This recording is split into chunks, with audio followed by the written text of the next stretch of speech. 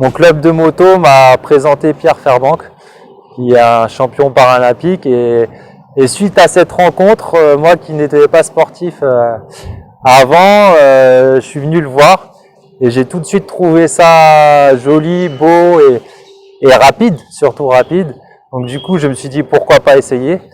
Et je pense que dès les premiers tours de piste, j'ai su que j'allais être mordu. Et je m'en rappelle, je crois, à la deuxième séance, j'ai regardé Olivier Dognaud, qui est mon coach à l'heure d'aujourd'hui, que je lui avais dit, ainsi que Pierre, que je voulais faire les Jeux paralympiques de Rio en 2016. Et ils ont rigolé parce que je partais vraiment de zéro. Je faisais 1m86, 52 kg quand je marchais. Donc après mon accident, après avoir été alité pendant quelques mois, j'avais encore plus maigri. Donc ils ont un petit peu rigolé, mais je me suis pas laissé démonter. Je suis venu tous les jours. Je me suis entraîné dur pendant des années et j'ai réussi à atteindre mes objectifs par la suite. Le sport a beaucoup changé ma vie, a changé un petit peu mon état d'esprit. J'ai découvert des parties de ma personnalité que je connaissais pas et ça m'a beaucoup aidé à me reconstruire et justement à commencer une seconde vie. D'accord.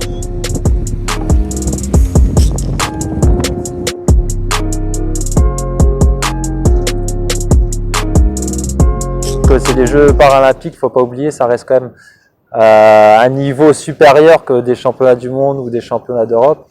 Et ça a été très difficile, une année où pareil, j'ai vraiment cravaché au niveau de l'entraînement. Ça a payé, j'ai pu faire mes premiers Jeux, c'était juste magnifique, vraiment magnifique. Une expérience incomparable.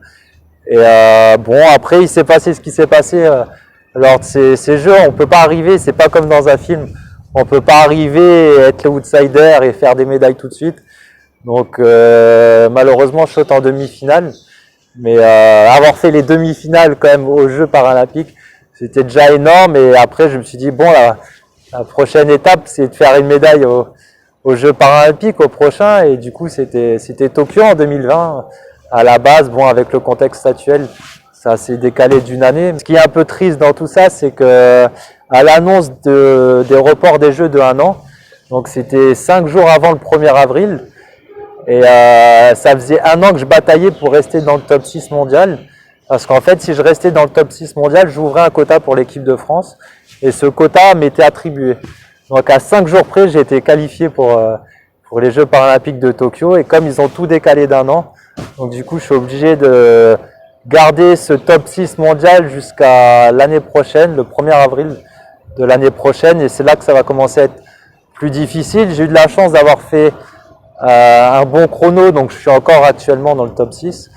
Mais là, il y a pas mal d'adversaires qui continuent à faire des compètes un peu partout dans le monde. Et moi, je sais qu'on est bloqué jusqu'à minimum août. Donc du coup, il faut que j'arrive à trouver une solution pour faire des chronos ici, pour pouvoir quand même défendre ce top 6.